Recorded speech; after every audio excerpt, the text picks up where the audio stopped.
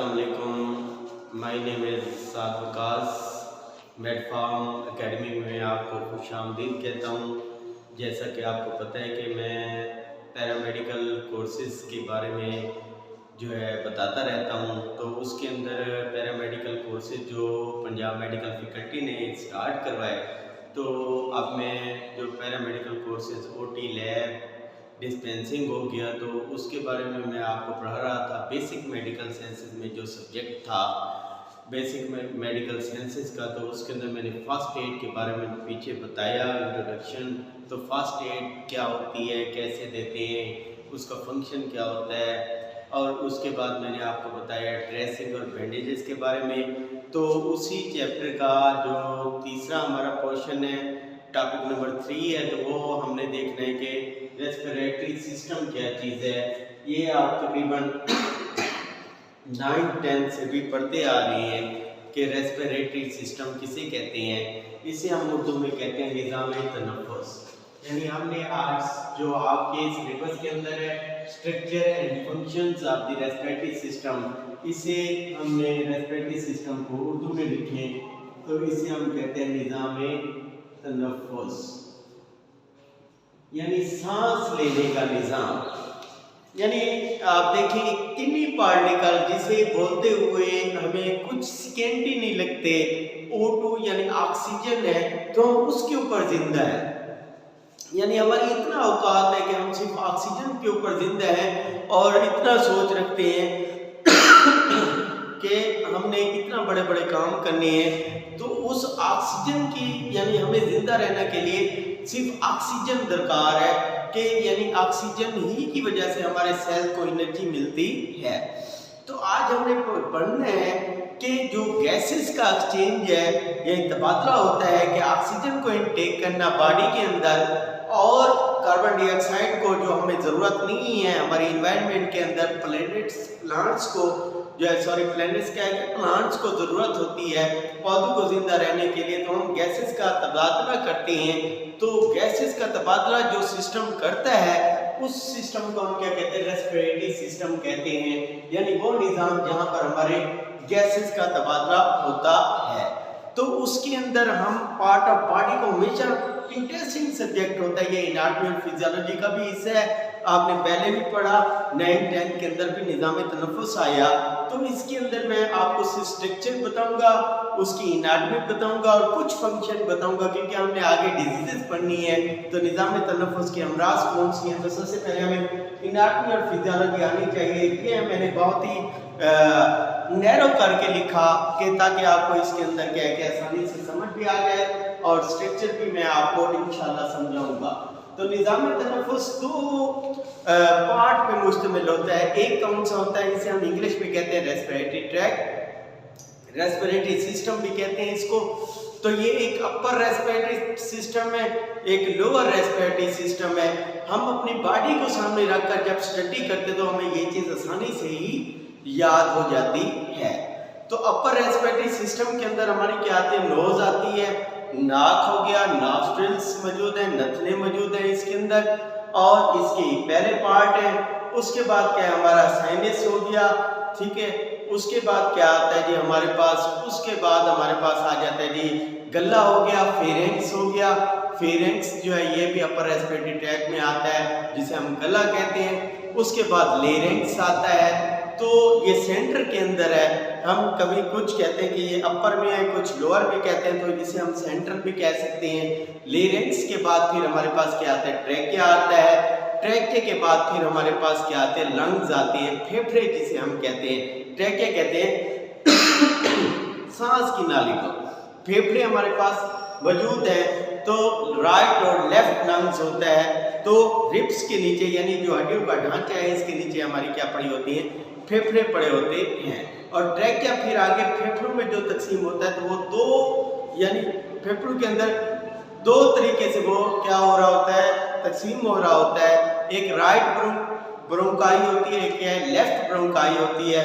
फिर आगे ये शाख दर शाख तकसीम होती है फेफड़ों के अंदर, जिसे हम ब्रोंक्यूल्स कहते हैं। राइट ब्रोंक्यूल्स लेते हैं, लेफ्ट ब्रोंक्यूल जैसे शाखें होती हैं दरख्त की, वैसे ही ये फेफड़ों के अंदर फैली होती है।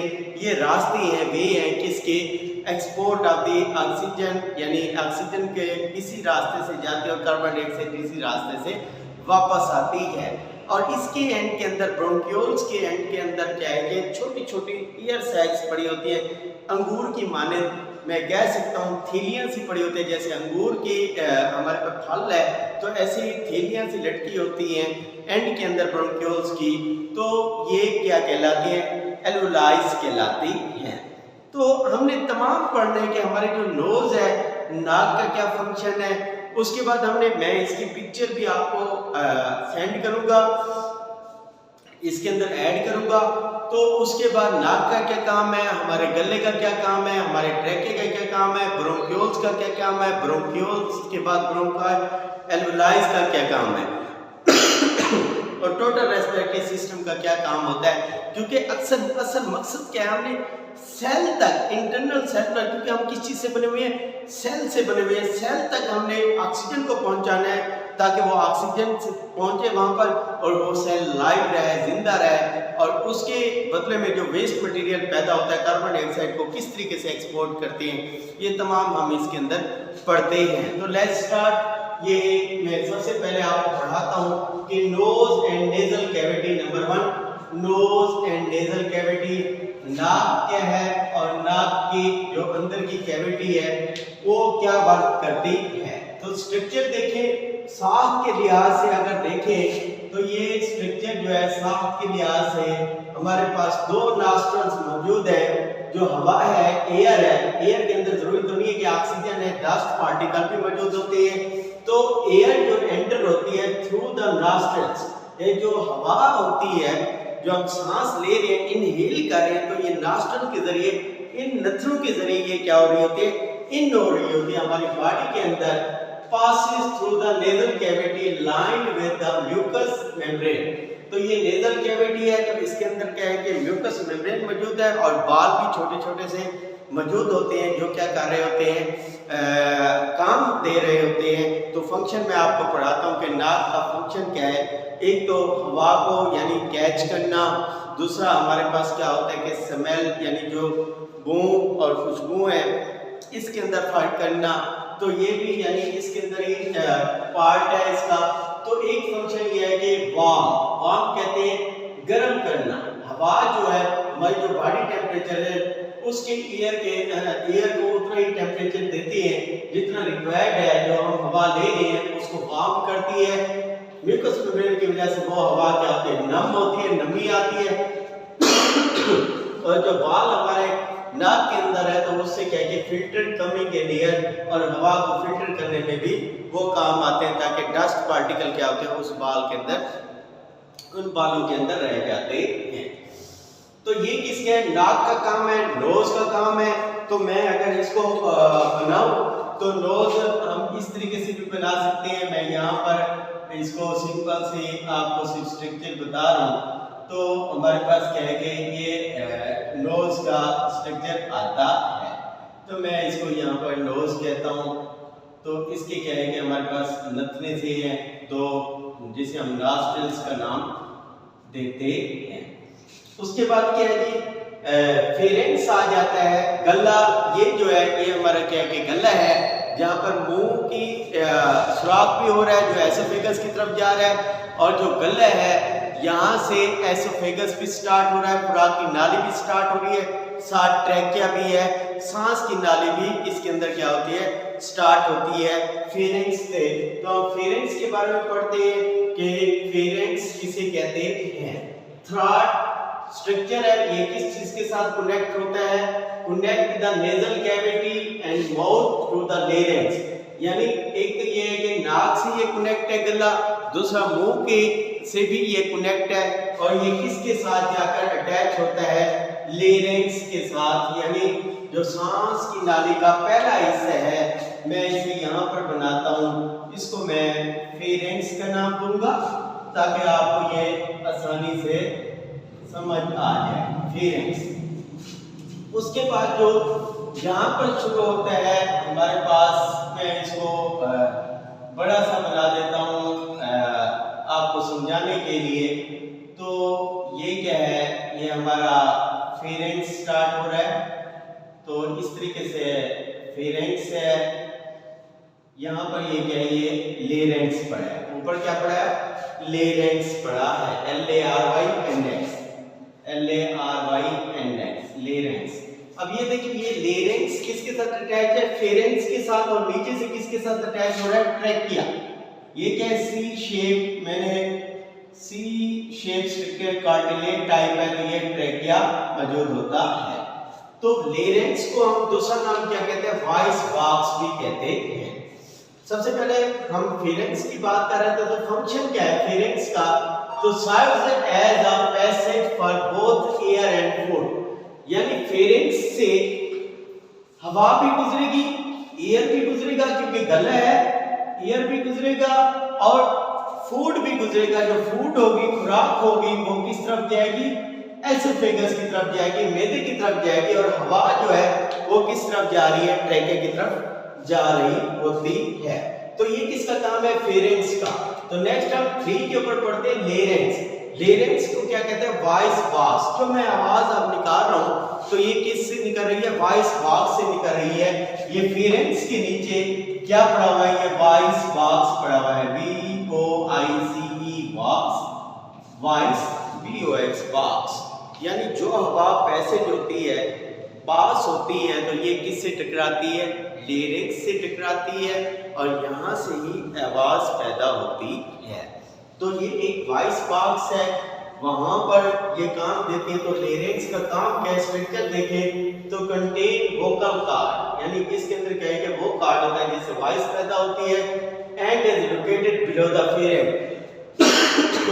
और ये किसके नीचे, फेरेंक्स के नीचे पड़ी हुई है, और अटैच विद द ट्रैकिया भी आप लिख सकते हो, ट्रैकिया के साथ भी ये क्या है, अटैच होती है। फंक्शन, इस लेरेंक्स का काम क्या है, रिस्पांसिबल फॉर साउंड प्रोडक्शन, यानी आवाज को पैदा करना एक काम ये है, यानी आवाज जो बनती है यहाँ पर बनती है, एंड प्रोटेक्टिंग द एयरवे, और जो हवा का रास्ता है इसको भी वो ये क्या करती है, हिफाजत करती है, यानी एयरवे को भी ये प्रोटेक्शन देती है। तो ये किसका काम हो गया जी, लेरेंक्स का काम हो गया। उसके बाद क्या होती है जी, ट्रैकिया। मैंने पढ़ाया कि ट्रैकिया क्या चीज है, इसको हम विंड पाइप भी कहते हैं, विंड पाइप। ये जो है, ये सी शेप मैंने जो स्ट्रक्चर बनाई, इसे हम कहते हैं ट्रैकिया। क्या कहते हैं, ट्रैकिया नाम है, ये विंड पाइप है। यानी यहां से ही ट्रांसपोर्ट होती है, किस चीज की ट्रांसपोर्ट होती है, ऑक्सीजन आती है, और कार्बन डाइऑक्साइड क्या होती है, ये यहां से निकलती है, CO, यानी पाइप है। सॉरी। तो स्ट्रक्चर, ये एक ट्यूबुलर स्ट्रक्चर है, reinforce with the cartilage ring, और ये किस चीज के बने होता है, कार्टिलेज, लचकदार हड्डी से ये बना हुआ है। ये सेंटर के अंदर क्या पड़ा हुआ है, ट्रैकिया पड़ा हुआ है हमारे। उसके बाद इसका काम क्या है, conduct air to and from lungs, यानी हवा को गुजारने देता है, ट्रांसपोर्ट के काम आता है। क्या, air to and from the lungs, यानी हवा जाती है फेफड़ों की तरफ और फेफड़ों से हवा आती है, ठीक है ना। जो फेफड़ों की तरफ हवा जाती है वो भी ट्रैकिया से गुजर के जाती है, जो फेफड़ों से हवा बाहर निकल रही है कार्बन डाइऑक्साइड वाली, वो भी ट्रैकिया से निकलकर बाहर को जा रही है। उसके बाद क्या जी, अब मैं इसको थोड़ा सा रेस करूंगा क्योंकि हमारे पास स्पेस कम है। तो ट्रैकिया के बाद हमने जो दूसरा हमने पढ़ना है, अब हम फेफड़े के बारे में आते हैं कि जो ट्रैकिया है, ट्रैकिया के बाद जो है आगे क्या चीज शुरू होती है, वो ब्रोंकाई एंड ब्रोंक्यूल शुरू होती है। यानी यहाँ पर मैं अगर बनाऊं तो ये क्या है, मैंने छोटा सा यानी यहाँ पर आपको बताया कि ये क्या है, हमारे पास ट्रैकिया आ गया। ये ट्रैकिया की मैं स्ट्रक्चर स्मॉल सी बना रहा हूँ क्योंकि पहले मैंने आपको समझाया हुआ है। तो इसके बाद क्या है कि ब्रोंकाइल्स शुरू होती है। ट्रैकिया, अब स्ट्रक्चर है trachea branches to bronchi which further divided into the bronchioles, यानी अब ट्रैकिया किसमें डिवाइड हो रहा है, राइट एंड लेफ्ट साइड के ऊपर ये ट्रैकिया डिवाइड होता है, यानी दो शाखे से निकलती है जिसे हम क्या कहते हैं, ब्रोंकाइज कहते हैं। मैं यहाँ पर आपको बताता हूँ कि इस तरीके से मैं आपको बनाकर दिखाऊंगा कि ये क्या है, ये जो ट्रैकिया है दो शाखों के अंदर ये क्या है, तब्दील हो गया है। तो इन दो शाखों को मैं क्या नाम देता हूं, ब्रोंकाई। क्या कहता हूं इनको, ब्रोंकाई। एक राइट लंग्स की तरफ जा रही है ब्रोंकाई, BRONCHI ब्रोंकाई, और क्या है कि एक लेफ्ट लंग की तरफ जा रही है, लंग्स की तरफ जा रही है ब्रोंकाई। अब क्या है कि ये ब्रोंकाइल्स जो है कि आप राइट और लेफ्ट की तरफ जाकर इसका काम क्या है, अब जो हवा आ रही है, एयर आ रही है और एयर जा रही है कार्बन डाइऑक्साइड, तो ये इसी से ही पास होगी, इसी से ही पैसेज होगी। यानी देखिए फंक्शन क्या है, distribute air to different part of the lungs, यानी यहां से हवा डिस्ट्रीब्यूट होती है किसके अंदर, फेफड़ों के मुख्तलिफ हिस्सों के अंदर।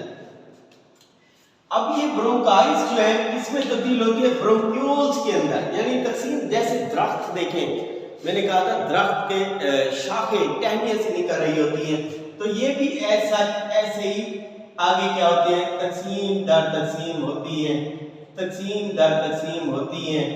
इस तरीके से ये क्या है, तकसीम दर तकसीम होती रहेंगी, इस तरीके से ये क्या है, तकसीम दर तकसीम होती रहेंगी, इस तरीके से इधर भी इस लंग्स के अंदर भी ये तकसीम दर तकसीम होती रहेंगी। ये क्या है, ये तमाम जो है ये ब्रोंक्यूल्स कहलाती है।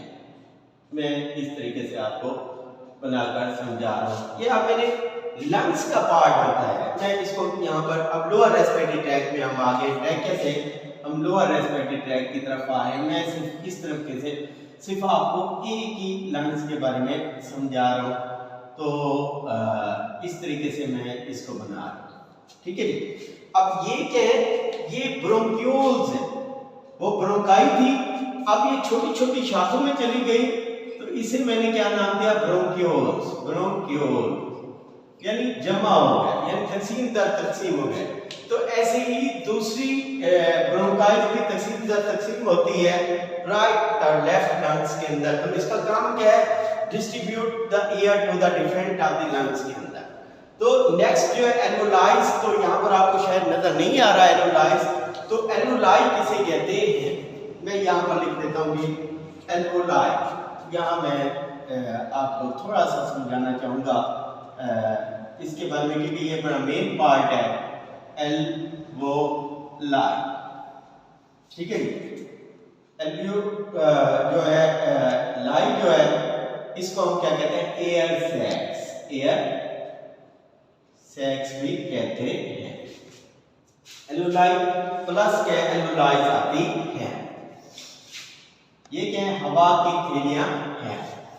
अब इसी यानी इन्हीं ब्रोंक्यूल्स, ये जो ब्रोंक्यूल्स ओपन होती हैं, तो ये किसके अंदर ओपन हो रही है, एल्वोलाइज के अंदर ओपन हो रही है। यानी यहाँ पर क्या है कि मैं एक एल्वोलाई बनाऊंगा, ये इसी तरीके से जिस तरीके से अंगूर के छिट्टे हैं, अंगूर बना होता है, तो इस तरीके से ये एल्वोलाइज पड़े होते हैं, हवा की थैलियां अटैच होती हैं। मिलियंस की तादाद में ये क्या है, एल्वोलाइज हवा की थैलियां पड़ी होती है एक लंग्स के अंदर। तो अब इसे मैं अगर कहूँ तो यहाँ पर मैं ये एक एल्वोलाई है, यानी एक एल्वोलाई इस्तेमाल मैं कर रहा हूँ, एक की बात कर रहा हूँ, ठीक है ना। अब क्या है कि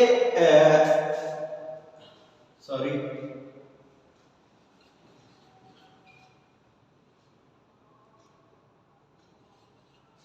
ये इस्तेमाल हो गया, ठीक है जी, एक एल्वोलाई। अब एक एल्वोलाई के अंदर क्या है कि ये आप पैकेट है, मैं इसे एयरपोर्ट भी कह सकता हूं कि जहां पर क्या है कि ऑक्सीजन में आना है, ठीक है जी। अब क्या होता है कि ये एक ऐसी जगह है एल्वोलाई, अब मैं अगर इसको यहां पर बनाता हूं तो आप इसको देखें, मैं एक एयर एल्वोलाई बना रहा हूँ, तो मैं इसको इस तरीके से एल्वोलाई बनाऊँ। अब ये क्या है, ये एक एयर सैक है, हवा की थैली भी कहता हूँ, एज लाइक द एयरपोर्ट कहता हूँ, कि जहाँ पर क्या है कि हमारी ऑक्सीजन आती है ब्रोंकियोल से। और अब यहाँ पर कनेक्शन है, किसके साथ कनेक्शन है? हार्ट के साथ कनेक्शन है।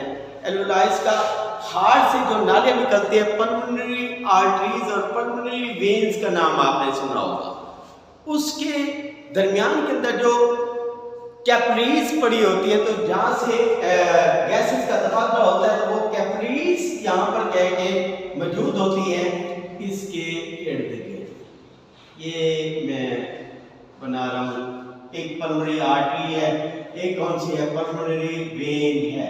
ये पल्मोनरी पीवी पल्मोनरी वेन का नाम होगा क्योंकि फेफड़ों के अंदर है और इसी एल्वोलाई के इर्द गिर्द पड़ी है। और ये कौन सी है? पल्मोनरी आर्टरी है। अब उलट है, इसके अंदर क्या होता है? पल्मोनरी आर्टरी में हमेशा दिल से कौन सा खून आता है? ब्लू कलर का है, तो डीऑक्सीडेटेड ब्लड बनाऊंगा तो कार्बन डाइऑक्साइड वाला होगा। और पल्मोनरी वेन्स के अंदर कौन सा खून होता है? Oxygenated blood. अब ये खून इस नाली में कैसे आएगा? ऐसे नहीं कि इस तरीके से आ जाएगा, इसके दरमियान में कैपिलरीज पड़ी हुई है, मैक्रोस्कोपिक वेसल्स नालियां पड़ी हुई है, मैक्रोस्कोपिक नालियां पड़ी है, इसके अंदर ये इंटरस्टिशियल फ्लूइड है। फिर यहाँ पर ऑक्सीजन आएगी, ऑक्सीजन आकर यहाँ से फिर O2 जाएगी कहाँ पर? पल्मोनरी वेन से, पल्मोनरी वेन से हार्ट के अंदर, हार्ट से फिर आर्टरीज के अंदर, फिर वहां से सेलुलर ऑक्सीजन का ट्रांसपोर्ट शुरू होगी, फिर सेल तक पहुंचेगी। और जो कार्बन डाइऑक्साइड सेल में बनी थी वो दिल से किस में आएगी? पल्मोनरी आर्टरी में आएगी, और यहाँ से CO2 इस कैपिलरीज में आएगा, और CO2 यहाँ पर आकर फिर यहाँ से मूव करता हुआ बाहर को निकल जाएगी कार्बन डाइऑक्साइड। ये क्योंकि हमारे पास इसका कोई लेना देना नहीं है, अगर ये हमारी बॉडी में हो तो ये जहरीला मादा है तो हमें नुकसान दे सकता है। तो ये किसका काम है? आपके एल्वोलाइज का काम है। यहाँ पर यानी कि क्वेंट्स है, एयरपोर्ट मैंने कहा जहाँ पर टैक्सी आई, यानी एक टैक्सी ऐसी थी जिसके ऊपर हमने क्या करना है? ऑक्सीजन को चढ़ाना है। ऑक्सीजन में बैठना है क्योंकि हीमोग्लोबिन मौजूद होती है। ऑक्सीजन में आगे सेल की तरफ जाना है, दूसरी तरफ कार्बन डाइऑक्साइड वाला ब्लड आता है, तो वो यहाँ पर सवारी को उतारेगा। सवारी कौन सी है? Carbon dioxide. यहाँ से एयरपोर्ट से ये बाहर को चली जाएगी। तो ये इंपोर्ट एक्सपोर्ट का सिस्टम भी क्या होता है? एल्वोलाइज के अंदर होता है। तो ये यानी एक मैकेनिज्म है। तो अब हम पढ़ते हैं कि फंक्शन ऑफ रेस्पिरेटरी सिस्टम, यानी काम क्या है। अब सारा काम आपने पढ़ लिया, फिर भी मैं आपको थोड़ा सा समझाऊंगा इसके अंदर मुख्तसर। तो इसके अंदर क्या कि सबसे पहले गैसेस एक्सचेंज होती है, ऑक्सीजन को हम इनटेक करते हैं, कार्बन डाइऑक्साइड को हम रिलीज करते हैं। Inhaling the air with oxygen for cellular respiration, यानी जो हम ऑक्सीजन ले रहे हैं, इनहेल कर रहे हैं, तो वो क्या है कि सेलुलर रेस्पिरेशन के अंदर हमें जो सेल के अंदर ऑक्सीजन हमें जरूरत है एनर्जी पैदा करने के लिए, वो हमें मिलती है। एनर्जी मिलती है तो हम जिंदा रहते हैं, और कार्बन डाइऑक्साइड बाहर को रिलीज ऑक्सीजन को हम इनटेक कर लेते हैं। कार्बन डाइऑक्साइड रिलीज, ठीक है, एक्सहेल, इनहेलिंग इनसाइड बॉडी के, एक्स करना आउटसाइड द बॉडी निकलती है। Exhaling to eliminate the waste carbon dioxide, यानी वेस्ट गैस जो कार्बन डाइऑक्साइड है वो एक्सहेल होती है, बाहर को निकलती है। तो एक काम यह है कि गैसेस का एक्सचेंज करना, दूसरी ये है कि वेंटिलेशन करना। वेंटिलेशन भी क्या चीज है? हमारे पास पड़ा हुआ है, इसके अंदर क्या है? इनहेलेशन और एक्सहेलेशन। इसके अंदर क्या होता है? जो डायफ्राम, डायफ्राम कहते हैं इसको, ठीक है, GM आता है यहाँ डायफ्राम में। तो डायफ्राम का थोड़ा सा फंक्शन मैं बता देता हूँ, ठीक है। डायफ्राम हमने नहीं पढ़ाया, तो इसके अंदर क्या है कि अब यहाँ पर जब ये लंग्स जो है, एक फेफड़ा ये है, एक फेफड़ा ये है, तो यहाँ पर एक पट्टा सा पड़ा हुआ है, ठीक है, फेफड़े के दरमियान में। ये देखें यहाँ पर ये मौजूद है एक साइड के ऊपर। ये क्या है? ये डायफ्राम, क्या है? डायफ्राम है। ये मैं आपको दिखा देता हूं, ये डायफ्राम है। तो अब इसके ऊपर है कि ये लो होता है और एक्सपेंड होता है, ये सिकुड़ता है, ये फैलता है। जब ये डाउन होगा यानी ये जब फैलेगा तो हमारे जो एल्वोलाइज हैं ये सिकुड़ेंगे। जब ये फैलेगा तो एल्वोलाइज क्या होती है, अंदर को सिकुड़ती है। जब एल्वोलाइज एयर से सिकुड़ेंगी तो डेफिनेटली उससे क्या है कि कार्बन डाइऑक्साइड बाहर को एक्सपेल होगी, यानी एक्सीलेशन होगा। जब ये डायाफ्राम सिकुड़ेगा तो एल्वोलाइज फैलेंगी, यानी अपोजिट है, इनवर्सली प्रोपोर्शनल है। डायाफ्राम कंट्रैक्ट, ठीक है जी, तो क्या होगा, एल्वोलाइज क्या होगी, डायलेट होगी। डायाफ्राम रिलैक्स, एल्वोलाइज क्या होगी, कंट्रैक्ट होगी। तो एल्वोलाइज जैसे ही रिलैक्स होगी तो ऑक्सीजन आएगी और हम इनहेल करेंगे। और जब डायाफ्राम क्या होगा, कंट्रैक्ट होगा या फॉल होगा, डाउन होगा, नीचे की तरफ जा रहा होगा, तो उस वक्त क्या होगा कि क्या होगा जी, हमारे पास स्पेस कम बचेगी। डायाफ्राम, ठीक है ना, स्पेस कम बचने से क्या होता है कि वो कंट्रैक्ट होगा एल्वोलाइज, जिसकी वजह से कार्बन डाइऑक्साइड बाहर निकलेगी। तो इसकी रिलैक्सेशन के अंदर कंट्रैक्शन होगी एल्वोलाइज की, इसकी डायाफ्राम की कंट्रैक्शन के ऊपर एल्वोलाइज क्या होंगे, रिलैक्स होंगे। तो ये वेंटिलेशन का प्रोसेस स्टार्ट होगा, तो ऑक्सीजन और कार्बन डाइऑक्साइड का तबादला होगा। Diaphragm contract, chest cavity expand, यानी ये जब सिकुड़ेगा डायाफ्राम तो चेस्ट कैविटी क्या हो जाएगी, बढ़ जाएगी, ऊपर वाला एरिया एक्सपेंड हो जाएगा, तो एल्वोलाइज फैल जाएगी। तो क्या होगा, ड्रॉन इन एयर, तो ये क्या है कि एक्सपेंड होगी जैसे ही, तो एल्वोलाइज खुले, एयर सैक्स खुलेंगी। एयर सैक्स जब खुलेंगी तो क्या होगा, ये इस तरीके से खुलेगी तो इसके अंदर ऑक्सीजन आएगी, किस वजह से, एक्सपेंड होने, ठीक है, जब ये फैलेगी। अच्छा जी, तो एक्सलेशन कब होगी वेंटिलेशन में, जब डायफ्राम रिलैक्स हो गया, यानी आप क्या है कि अगर ये रिलैक्स हो गया है तो रिलैक्स के अंदर ये एल्वोलाई का साइज क्या होगा, कंट्रैक्ट होगा, जिसकी वजह से क्या है कि कार्बन डाइऑक्साइड जाएगी बाहर, ऑक्सीजन नहीं होगी। तो ये मैकेनिज्म वेंटिलेशन का कहलाता है। उसके बाद ह्यूमिडिफिकेशन एंड फिल्ट्रेशन, आपको पता है कि नाक के अंदर बाल भी है तो वो फिल्टर करने में भी काम देते हैं। साइनस भी मौजूद है जो टेम्परेचर को मेंटेन रखता है। और उसके बाद क्या है कि हमारे जो ट्रैकिया है इसके अंदर सीलिया भी मौजूद है, बाल नुमा छोटे छोटे सीलिया भी है, जो वेस्ट प्रोडक्ट जाता है तो वो सीलिया क्या करता है, सिर्फ साफ हवा को अंदर लेकर जाता है, बाकी जो फासिल मादा उसके अंदर होता है तो वो उसको रिवर्सिबली एक्सपेल करता है, जिससे हम थूक या बलगम करके वो चीज़ें बाहर निकालते हैं। तो ये भी काम देता है जी। नेजल फंक्शन, वार्मिंग, नमी के लिए काम देता है। नाक नमी गर्म करता है, हवा को नमी देता है, ये पहले मैं पढ़ा चुका हूँ। फिल्टर करता है बिफोर इट ट्रैक या द लंग, यानी जो भी दवा चीजें होती हैं फासिल मादा है वो नाक के अंदर फिल्टर हो जाती है। स्पीच प्रोडक्शन आपको पता है लेरेंक्स का काम है, ठीक है, manipulate the air flow to produce the sound for the speech, यानी आवाज वोकल कार्ड है लेरेंक्स के अंदर, तो ये भी मौजूद होता है। उसके बाद के इम्यून डिफेंस भी बड़ा काम देता है, इम्यून सिस्टम का यानी दिफाई निज़ाम, वही मैंने आपको बताया जो सीली बॉडी या सीलिया हमारे अंदर ट्रैके के अंदर मौजूद है, तो ये इम्यून डिफेंस भी दे रहे होते हैं। म्यूटियस एंड सीलिया उसमें वर्क कर रहा होता है। ट्रैप यानी वो जो हवा के अंदर जरासीम है या फासिल मादा है वो उसको खींचते हैं, पकड़ते हैं एंड रिमूव द पार्टिकल, ठीक है ना। प्रिवेंटिंग द इन्फेक्शन, ये क्या है, प्रिवेंटिंग यानी इन्फेक्शन से हमें बचाते हैं, क्योंकि पार्टिकल को ये रिमूव कर देते हैं। रेस्पिरेटरी सिस्टम का बहुत ज़्यादा रोल है इसके अंदर हमारी ऑक्सीजन के लेवल को मेंटेन रखने के अंदर। तो ये हमारी क्या थी, रेस्पिरेटरी सिस्टम का पूरा मैकेनिज्म मैंने बताया। तो इंशाल्लाह कल से हम डिजीजेस पढ़ेंगे। अगर आपको लेक्चर समझ आया हो और अच्छा लगा हो तो ज़रूर बेल आइकन को दबाया करें और सब्सक्राइब किया करें, और इंशाल्लाह ऐसे हम आपको लेक्चर देते रहेंगे। अल्लाह हाफ़िज़, wish you best of luck.